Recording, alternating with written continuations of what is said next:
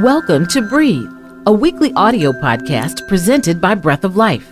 And now, here's the host, Pastor W. Snell, and co-host David Person. Welcome to Breathe. I'm David Person, the co-host of this podcast that is presented by the Breath of Life television ministry. As you can see on your screen, because we're big time now. We've moved on up.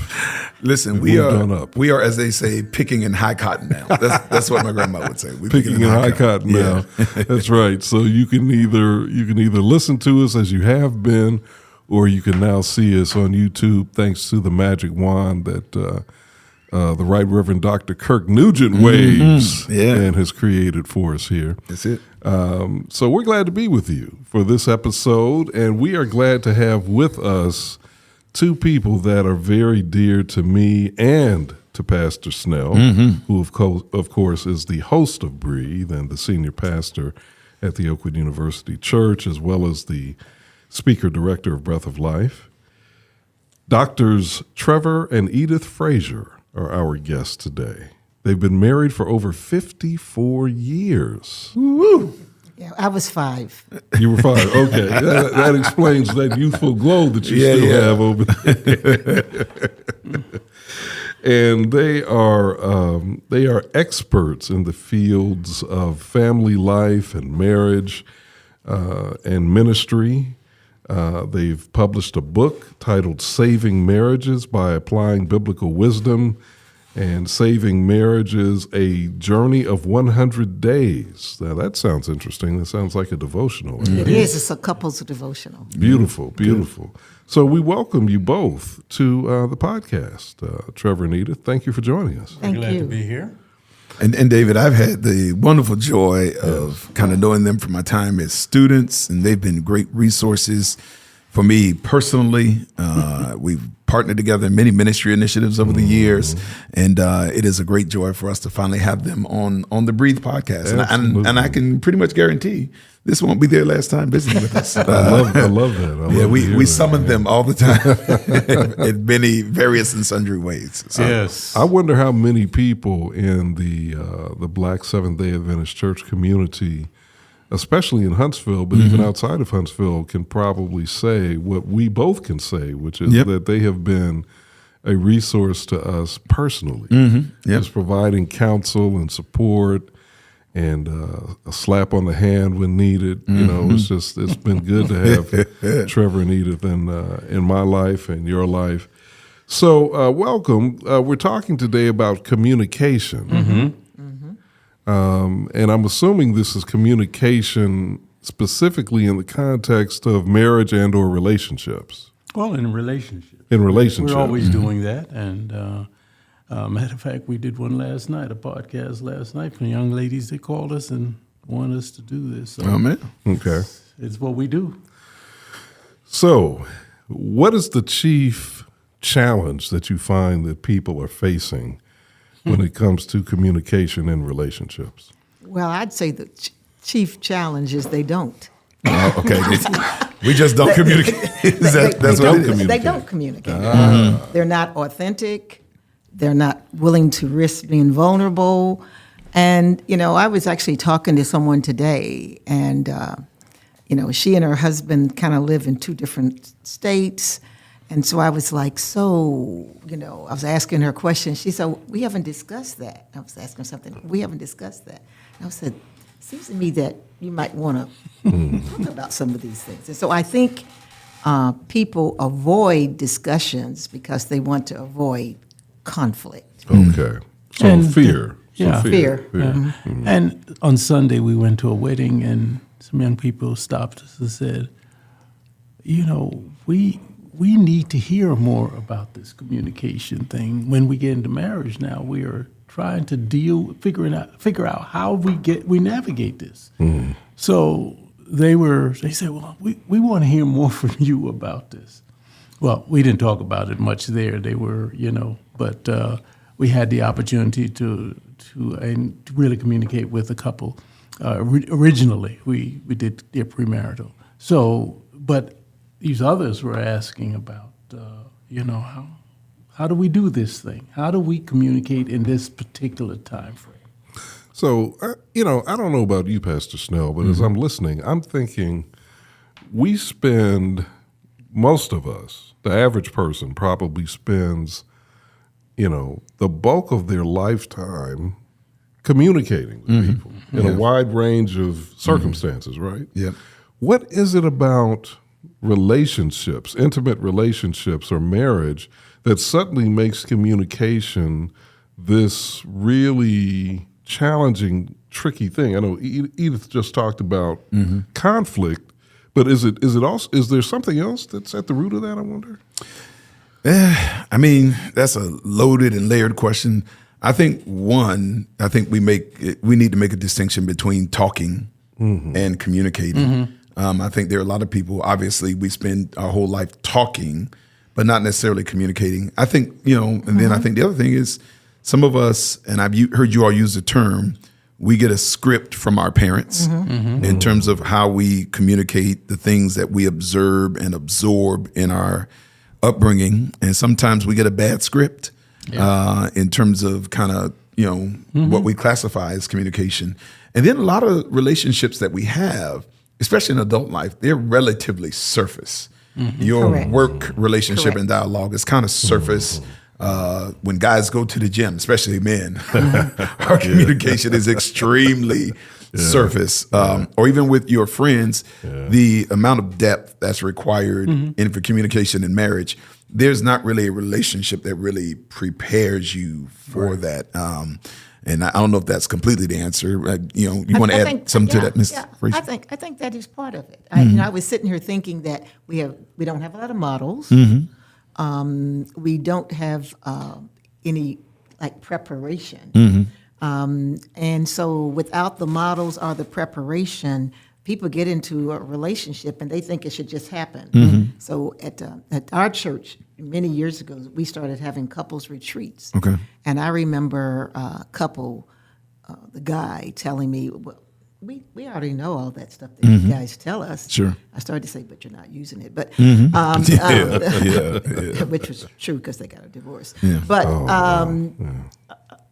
people think communication isn't understood, and so they don't have to work at it.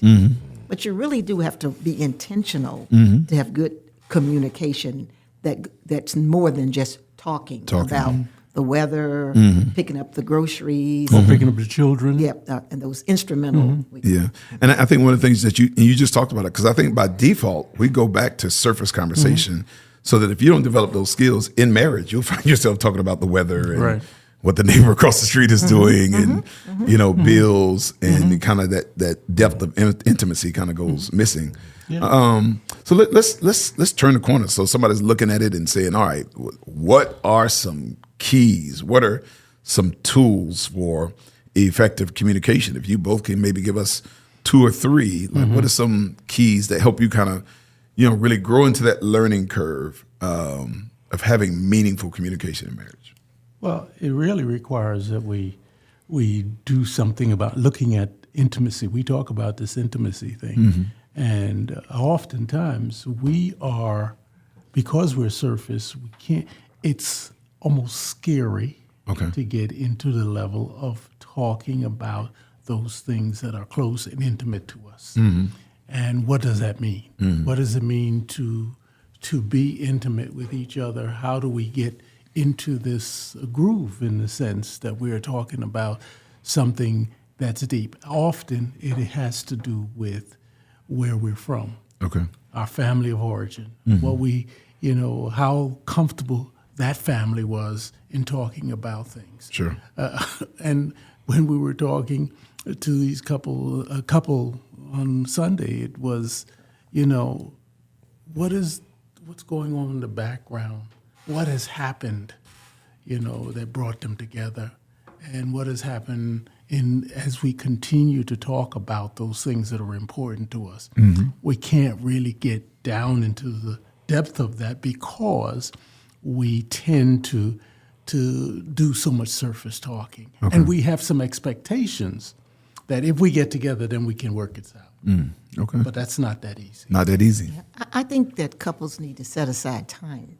Just make time for it. Make time for it. That's very practical. Wow. Okay. So there's a couple called the Pinners and Pinners, and they said that we should every day, like, set aside at least 15 minutes to really talk. Okay. Like what's happening with us, what's working, what's not working. So that's number one. Number two, No devices, no television. No. That's not Like, talking. Yeah. Talking. Yeah. Okay. Yeah. 15 minutes. That's the threshold. 15 So that's a word for somebody. minimum. They set aside 15 minutes. And then they say end with a passionate kiss. Oh, and end with a passionate kiss. All right. So far, that sounded I pretty received good. that. I received that word right there. So you know the dessert is coming. Yeah. That's it. Yeah. All right. And then the other thing is couples need to be open and honest when they sense some tensions or something like that. So let me give like a personal example. We've shared this with others. Trevor and I had this little disagreement, which, by the way, we have disagreements all the time. But Still? we had this, absolutely. Even after 54 years. Yeah. So, I left the disagreement, wasn't resolved. I left the disagreement going like, what just happened? So then, and I bet that happens to a lot of other couples. Sure, yeah. And so when you have that, you have to go back and check it out. I mean, David's a reporter, and you get information. If something's not, if you're confused, check it out. So then, we got back together, and so then we said, so what were you thinking when you said that? Let me tell you what I felt with that. So that requires that you follow up. Don't let things build up. So the second thing is, if you have a disagreement and the communication is confusing, check it out. Check it out. Talk to each other and be honest. See, honesty and vulnerability. Okay. And don't let it last so long that you can't get back together. And so we often say 24, 48, 72 is the maximum time that you will allow that to happen, to go on without coming back and talking and checking in about that. Because a lot of times it's you rushing out the door and it's quick, and you throw out something and you really, really left it there, and yet it bothered you all day. Yeah. So, quick question. Can I interject something? So, what would you say to that person whose kind of conflict style is to just to Avoid. shut down when they just feel like they're not being heard or they're not being considered, and it, like, my mechanism is just to shut down. Like, how would you counsel that person? I'm sure there's one in our Well, we audience should have that- some ground rules Okay. within our relationship that we're going to come back to this. Okay. We're going to not let it go over. And we've had, as we counsel with couples, we say, look, don't let it go so long that it's hard to get back. So it is important to make sure you minimize the time length that you have, or timeline that you have, dealt with this thing, so you get back to it. Because you probably, as they say in court of law, you'll probably forget all of the factors that contributed to it. So you need to bring it up as soon as possible. Gotcha. But I also hear you saying that it's actually probably okay to let a little time elapse. That it's that a little space, not a whole lot of space, Correct. but a little space is okay. Yeah. Some people need space. They need space to process. The problem is they don't tell their partner that's what they're doing. So they just shut down instead of saying, this. Usually when people shut down, it's because they're overwhelmed. It's too much coming in. And so they need to say something like, this is a whole lot. I don't even know how I want to respond right now. Can I just take a time out and I'll get back? See, I think a time out is different from a shutdown. Shut down. Yeah. Okay. Yeah.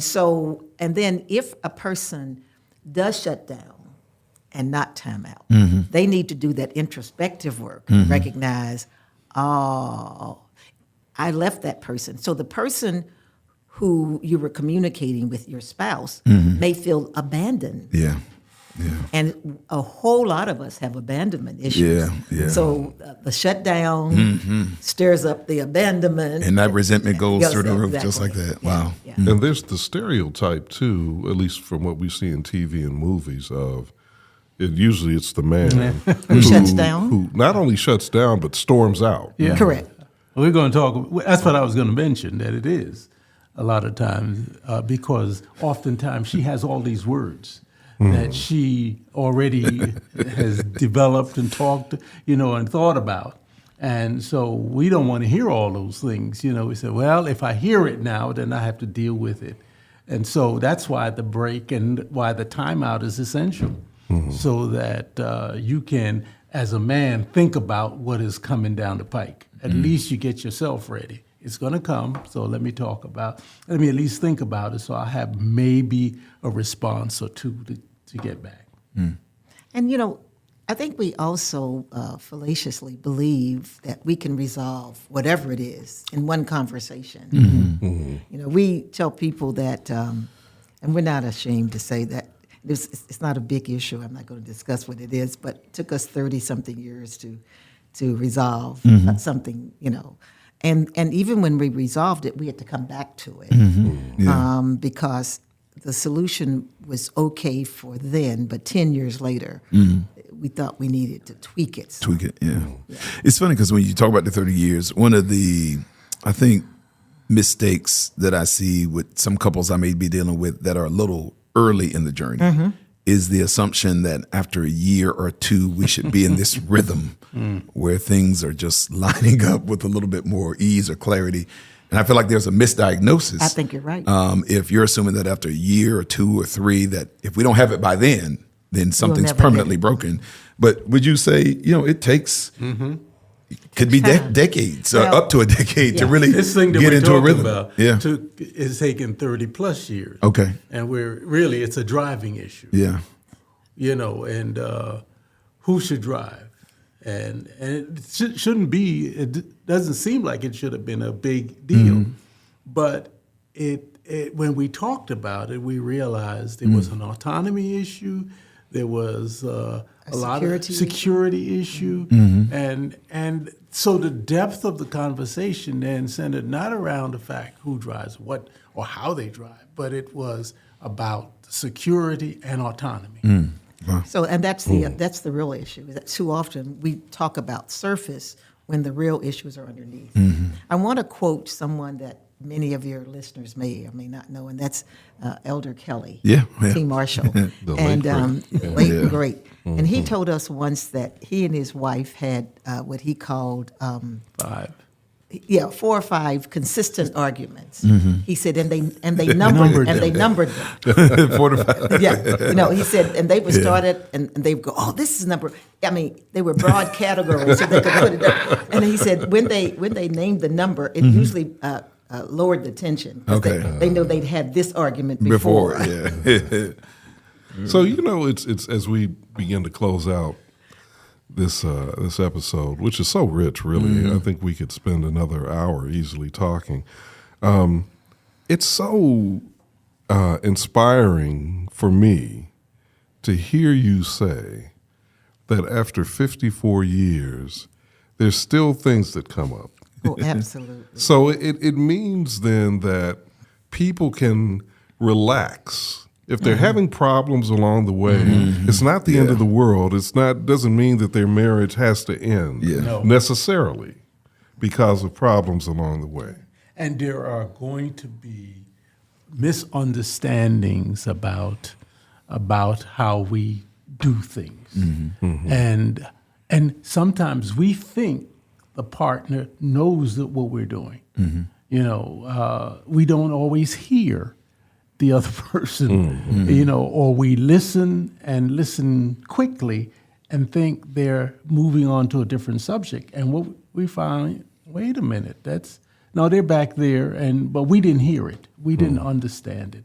And so it is important for us to really hear what our spouse is saying and what the other person is saying, because sometimes it's just 2 people talking and they don't really hear us in the way that we think they have heard. They hear on another level. They're thinking, because in their mind they're thinking about something else. And so they hear it, but they don't really connect with what that other person is really saying. Yeah, Quick question, Dr. Edith. Listening to hearing, there may be times where somebody will say, well, I'm working on being a good listener. And I say, well, what does that mean? Like, what does it mean to actually, how do I know if I'm actually working on being a good listener? And what does it mean to put in the work to be a good listener? Well, number one, you should be focusing on the person who's talking. Okay. And not your response. Okay. So That's the first as thing. opposed to forming your reply. Yeah, exactly. So if your response Yeah. is forming your reply, okay, I'm gonna tell them this. Yeah. Then you're really not listening. And then you need to listen to sort of think, where's this coming from? I mean, what buttons have we somehow touched or triggered that we didn't expect? Gotcha. Yeah, we may have thought, well, we're just talking about driving, but when it went on for 30 years, we realized it was something else. It took us a little while. We're a little slow. But so that's what you have to do. You have to really make sure your focus is on the other person. A real important concept in listening and in couples is being an empathic listener. Yeah. Yeah. Really trying to see where the other person's coming from. Really trying to hear it. Yeah. As opposed to instead of saying, I know what they're saying. Yeah. You don't really know. Yeah. You don't really know. Gotcha. Unless you're God. Yeah. And we don't always know the history of the person in terms of what they have, what has happened in the past. Sometimes we'll say something, and I know of a couple we're thinking, oh, they should hear this, they should understand that, but we didn't know what may have transpired. In one situation, we did not know what had transpired was, because the person didn't talk about it and say it, was that they actually saw a murder in their house. Wow. You know, and you don't know how they respond to certain things because the depth of the history is not often known. Wow. Any final thoughts? Pardon me. Any final thoughts before we wrap up? Trevor, Edith? I think we do need, in listening, we need to be very, as Edith mentioned, empathic. We do need to know or listen at a level that's different from a surface level. Listen, what could they have been saying? What happened to them that brought this about? And, you know, we don't always know the pain. Gotcha. And I would merely say that, the pastor alluded to it, do the work. Don't expect communication to be easy in a sense. It's going to take some work to try to understand another person because we're both complex people and we come to this relationship with all of our baggage. And so I would just say do the work, be patient. And backing up what Trevor says, remember you have 2 ears.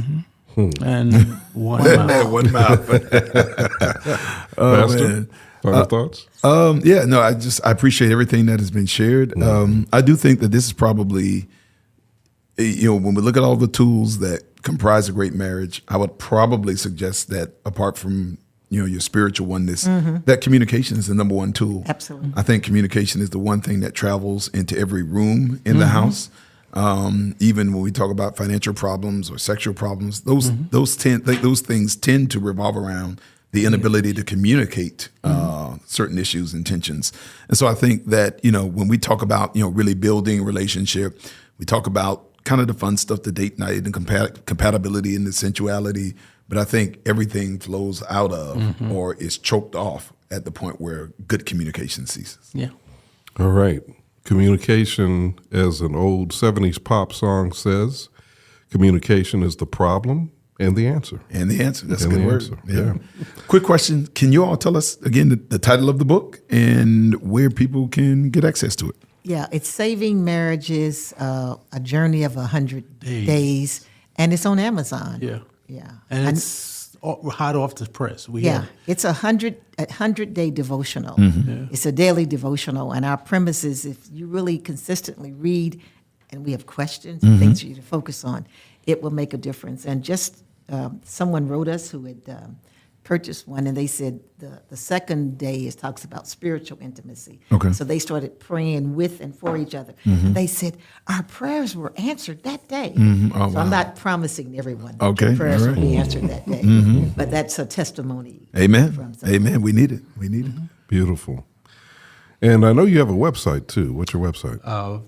Christian Family Seminars. Did I say that right? Christian Family Life Seminars.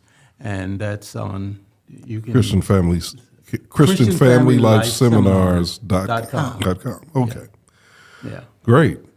Doctors, go ahead. I'm sorry. Yeah, and we have found that devotionals have been important for couples. For our marriage. And for our marriage. And so we really think that we get to talk about it, even if they're short, pithy words, but it really, you can talk about it. We do it in the morning. Yeah, a couple's devotional as opposed to Just general. general devotion. Beautiful. Well, that wraps up another episode of Breathe. That was a good one. It was. There's a lot of stuff there that we can apply to our relationships and marriages, and that was great. Doctors Trevor and Edith Fraser, longtime friends, love these two, and so glad to be in the same space with them once again. Always Thank good you. to be. Yeah, right. And I know your pastor here when he was 3 and 4 years old. So you Well, we knew him when he was young. Maybe not quite that. Well, he was. I remember him walking around the church. He was a little was person. young. He didn't have that beard back then. No. Before the beard. Pre-beard. Well, on behalf of the bearded one, Pastor W. Snell, God bless you, everyone. And thanks for listening to Breathe. And don't forget, no matter how challenging life may be, no matter how difficult communication may seem in your intimate relationship, always remember you can stop, you can pray, and then breathe. Breathe is produced by David Person for Breath of Life. The opening theme was produced by David Person and James Bowman. James Bowman and Kelvin Wooten produced the closing theme.